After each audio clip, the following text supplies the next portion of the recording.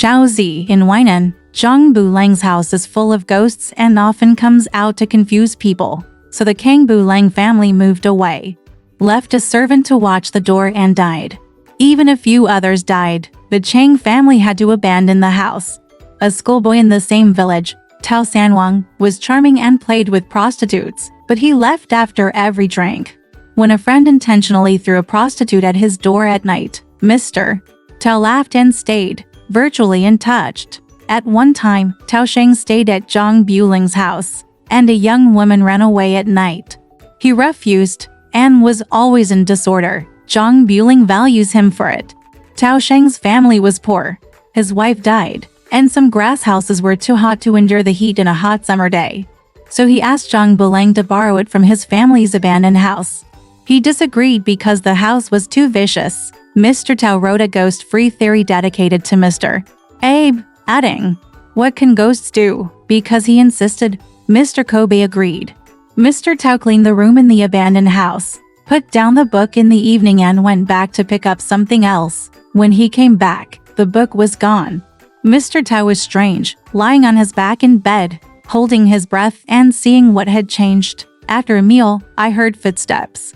Mr. Tao glanced and saw two women come out of the house and return the lost books to the table. One is about 20 years old, the other about 17 or 18 years old, and they're all pretty.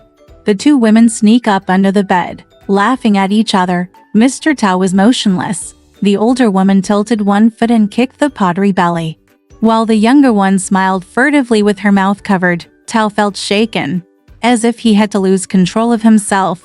He rushed back to distract himself from them. The older woman approaches him, pulls his beard with her left hand and taps him gently in the face with her right hand, making a small noise. The young woman smiled even more. "How dare a ghost do this?" Mr. Tao snapped. The two women were taken aback and ran away. At night, Tao Sheng is afraid that they will disturb him and suffer, and he wants to move back. He is afraid that people will say he has no faith, so he will get up and light up the lights and read, "I saw a ghost in the shadows," and Mr. Tao fell on hard times. As late as midnight, Mr. Tao fell asleep with a candle and just closed his eyes, thinking someone had stabbed his nostril with something very thin and itchy. She sneezed loudly and heard a cryptic laugh in the dark. Mr. Tao did not speak, pretending to be asleep and waiting. Later, I saw the girl with a twister and touched her quietly. Mr. Tao suddenly got up and shouted, and the girl floated away. When she fell asleep, the girl came back to stab her ear, writhing through the night without peace and silence after the chicken called. Mr. Tao took a nap. I didn't see or hear anything during the day. When the sun goes down, the ghost comes out again. Mr. Tao prepared dinner at night and planned to stay up all night until tomorrow morning. The older woman came, bent her arm over the table to read to Mr. Tao, and then reached for the book to close. Mr. Tao grabbed her in exasperation, but the woman drifted away. After a while, she came back to close the book. Mr. Tao pressed his hand as he read. The teenager sneaked up behind him, covered his eyes with his hands, rolled away, and laughed at him from a distance. Mr. Tao pointed to her and scolded, "Boss Xiao, if you catch him, you'll kill him. Women are not afraid," Tao then teased. "Male and female atrium surgery? I don't understand at all. It's no use bothering me." The women smiled and returned to the kitchen, one chopping wood, one poaching rice, to cook for Mr. Tao. Mr. Tao said, "Are you two more fools to do this than to jump a lot?" After a while, the porridge was cooked, and the two fought over spoons, chopsticks, and bowls to put on the table. Tao said, "Thank you for your hospitality. How do I repay you?" The woman laughed and said, "The poison is poison and arsenic in the meal. You and I have never had a grudge. How could I be poisoned after the meal?" The two women gave it to Sheng, who jostled for the throng of waiters. "Every day, I'm used to it." After getting to know each other, Mr. Tao asked for their names. The older woman said, "My name is Q Rong, surname is Xiao, and she is Xiao Zi of the Ron family." Mr. Tao then pressed for their provenance. Zi laughed and said, "You're too stupid to give up your body once. Who wants you to ask Mendy? Do you want to get married? How can you be ruthless in the face of beautiful people?" but the spirit of the inferno, man must die in it. If you don't want to live with me, just go. If you want to live with me, you have to be peaceful. If you don't love me, why should I taint a beautiful people? And if you love me, why should you kill a wild one? The two women looked at each other and seemed moved. Since then, Mr. Tao has not been a fool, but he has sometimes reached into his arms or ripped off his trousers and thrown them on the floor, which is not unusual. One day, Tao Sheng copied the book and went out before he finished it. When I came back, Zi was lying on the table, grabbing a copy of his pen, and saw Tao Sheng throwing down the pen and watching him smile. Mr. Tao looked closer, and though his handwriting was awkward, the lines were neat. You're still an elegant person. If you like this, I can teach you. Finish. Hold her in your arms. Teach her to write with your wrist. When Shuyun came in from outside, his face suddenly changed, like jealousy. When I was a child, I learned to write with my father. I haven't written for a long time. It's like in a dream, laughed Xi. Miss Chu doesn't talk. Mr. Tao understood what she meant, pretended not to notice, and picked her up, giving her a pen and saying, "Can I see how you can write?" After Qi Rong wrote several, Tao stood up and said, "What a handsome woman." Qi Rong is only happy. Tao folded to pieces of paper and wrote a letter to make them copy. Read a book by himself under another light. So he was glad that both men had something to do and would not mess up again. At the end of the copy, the two women stood at Mr. Tao's table and asked him to review. Ms. Chu has never read a book and writes unrecognizable characters. After the judgment, she felt inferior to Shaw, with a look of shame on her face. Mr. Tao's compliments were reassuring before Mr. Q's face was clear. The two women have served Tao Sheng as a teacher ever since. Tao Sheng scratches his back while sitting, massages his thighs while lying down. Not only does he not dare to be bullied anymore, but also fights to please Tao Sheng. A month later, Zi's handwriting was so elegant that Tao Sheng occasionally praised it and Qi Rong was immediately ashamed. His eyes were tearful.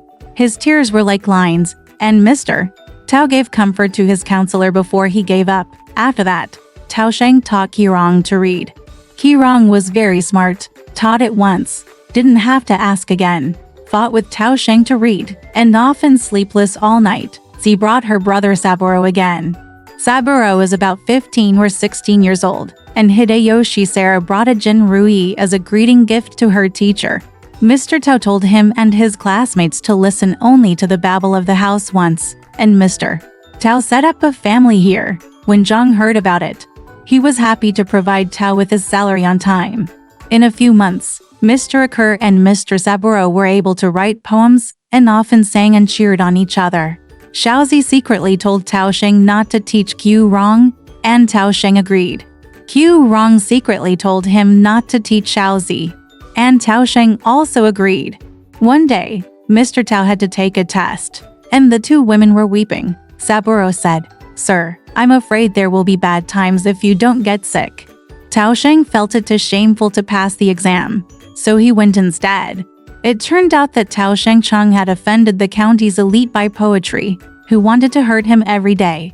He was secretly bribed by the academy, falsely accused Mr. Tao of misbehavior and sent to prison. Tao Sheng was spent so much money that he had to ask the inmates for food that he thought he could not live. "Saburo is worried you're not lucky," she said, choking up in front of Tao, who had been brought in by Autumn Beauty. "Saburo came with me. He has gone to the government to complain." After a few words, Miss Chu Ying left and was invisible to anyone else. The next day, the chief inspector went out and Saburo stopped the way to complain about his grievance, and the chief inspector took him away. Miss Chu went to prison and told Mr. Tao the news, then returned to inquire and didn't return for 3 days. Tao Sheng was hungry and worried. Suddenly, Zi came, and she was saddened to death, saying, when Qi Rong returned, she was forced to be a concubine by a black judge in the Western Corridor. Miss Chu refused to give in and is now in captivity. "I ran 100 miles, and got tired and went north. I'm afraid I won't be able to come back after the thorns have punctured the heart of my feet and sore the bone marrow," he said. "Put your foot out to show Tao Sheng." He saw blood in socks and his shoes. Zi limped off with 2 or 3 pieces of silver. I asked Saburo that he had nothing to do with Tao. He sued Tao for no reason, asked for his cane, and Saburo was killed. I was surprised to see Saburo's face. Who is Saburo? Asked Tao. Tao pretended not to know. The Tor came to his senses. He was wronged. He was released. When Tao returned, no one came in one night. Late at night, Zikai came and said, sadly, he was escorted to death by the guardians of the imperial court in the court of patron office.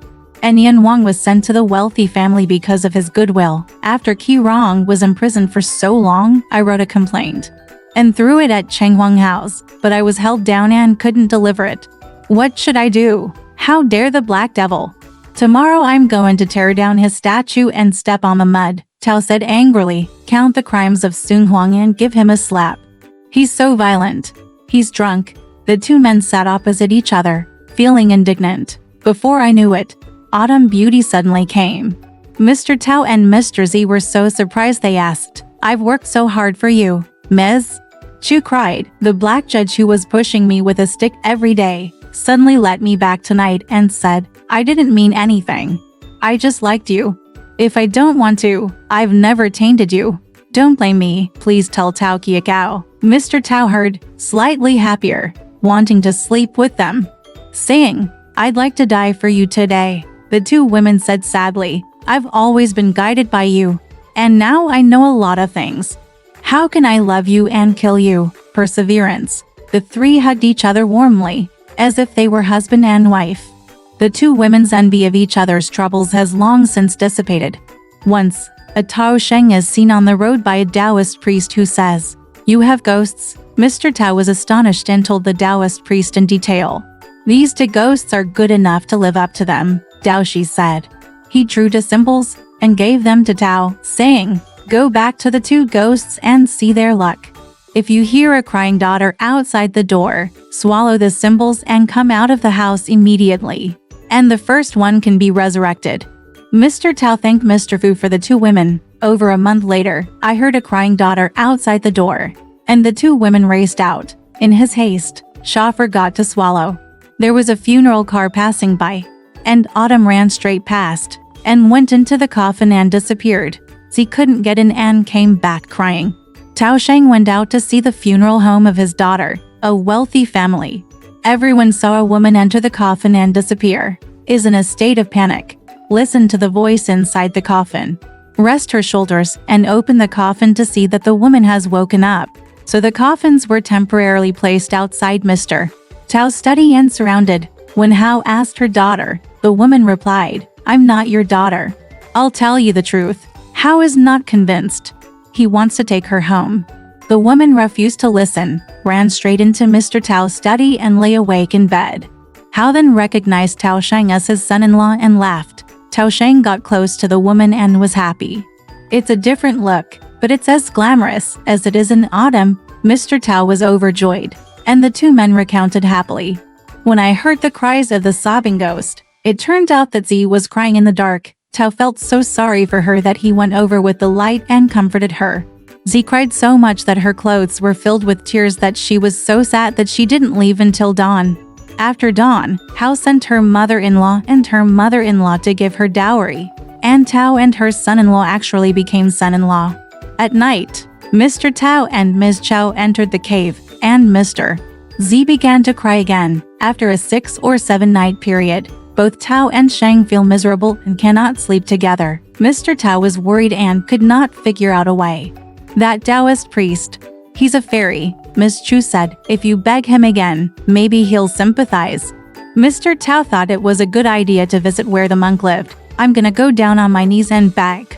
The Taoist said, no way. Mr. Tao is implored. The Taoist laughs and says, you're a real loser. If you're supposed to be with me, I'll do my best to do my magic. So Mr. Tao returned home and asked for a quiet room. He sat behind closed doors and warned Mr. Tao not to ask. After 10 days, the priests neither ate nor drank. Mr. Tao peeked into the house, and the priest fell asleep. One morning, a young girl came in with the curtain lifted, her eyes bright and her teeth glowing, smiling and saying, running all night, tired. You're so haunted. You're 100 miles away. You find a good body. and the Taoist each comes with him, and when you see him, you give it to her. At dusk, she arrives, and the woman suddenly comes up to hold her, and suddenly comes together and dies on the floor. The Taoist priest came out of the house and took his own life. By Mr. Tao. When the walker returns, the woman is awake and is helped to bed. Her spirit gradually returns, only to say that her toes and thighs are sore, and she can only get up in a few days. Later, Tao won the entrance exam. A fellow student named Kai Zijing stayed with him for a few days because he came to visit Tao Sheng.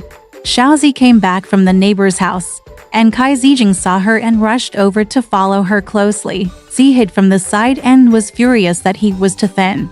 There's something really shocking. Can you tell me? Mr. Choi told Mr. Tao. 3 years ago, my little sister died, and 2 nights later, the body suddenly disappeared. And now I still have doubts, Kai replied. Why do you look like my little sister when you saw your ladyship? My wife is ugly. How dare you compare her to your sister? But since we're on the same list and we're good friends, let her see you. So I went inside and asked Xia to put on his old funeral suit and come out. Kaizi saw the shock and said, That's my sister. I started crying. Mr. Tao detailed what had happened to him. If the girl is not dead, I must go home as soon as possible to comfort my parents. Miss Kai said happily. So I left. A few days later, the Kai family came. Later, like the Hao family, he was close to Mr. Tao. Alright, this story has come to an end. If you liked it, please give it a thumbs up. Thank you.